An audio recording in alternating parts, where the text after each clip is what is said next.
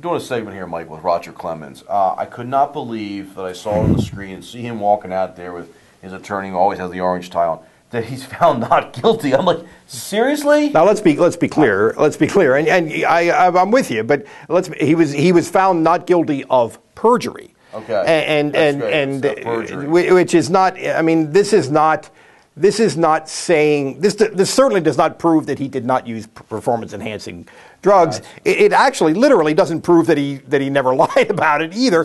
But they did not find perjury, and it was prosecution by the legal analysts that I'm reading and hearing just did an awful job. This McNamee guy who was central to this case, who supposedly was his quasi trainer for a while, and was a very uncredible witness, and the whole thing kind of blew up. And these guys that I've been listening to are saying it's a joke that this even went to trial. The prosecution was not ready, and this is federal prosecutors who normally are ready when they go to trial. Witch hunt, and they tried to go get something. My comment about not guilty falls into what I think a lot of people are going to do. They're going to group it all together, and he still does these things, and it still takes away. And it makes me appreciate what these old-time baseball players, the Bob Gibsons, the Steve Carltons, the Koufaxes, who were guilty of too much beer, maybe too many hot dogs, but not taking performance enhancing. Well, but what if it had been available? I mean, Bob Gibson. I understand what you're saying, Star. I understand. I'm not arguing with you, but.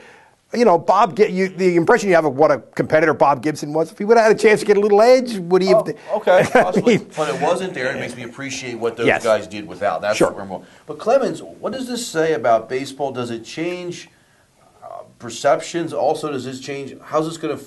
What are the steps forward? We'll look ahead a little bit here. For a long time, baseball was so unserious about this issue that in effect they allowed it. In effect, steroids, let's face it, were in effect allowed by Major League Baseball. And when the stuff hit the fan on this issue, Bud Selig, I think, was so determined to, in a high-profile way, exonerate baseball. Not the players, but baseball, exonerate them. So, which is why we had these congressional hearings and why we had all this high-profile media stuff and why we have had legal action. Well, the legal action could not have gone worse for Bud Selig and for baseball.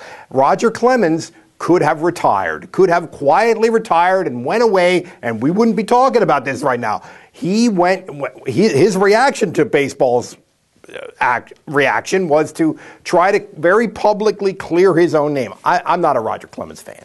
I think he's boorish. I think he's obnoxious, a sickeningly self-absorbed person. But I think somewhat to his credit, I mean, he didn't know that the prosecution was going to be incompetent in this trial. He put himself out there not knowing that.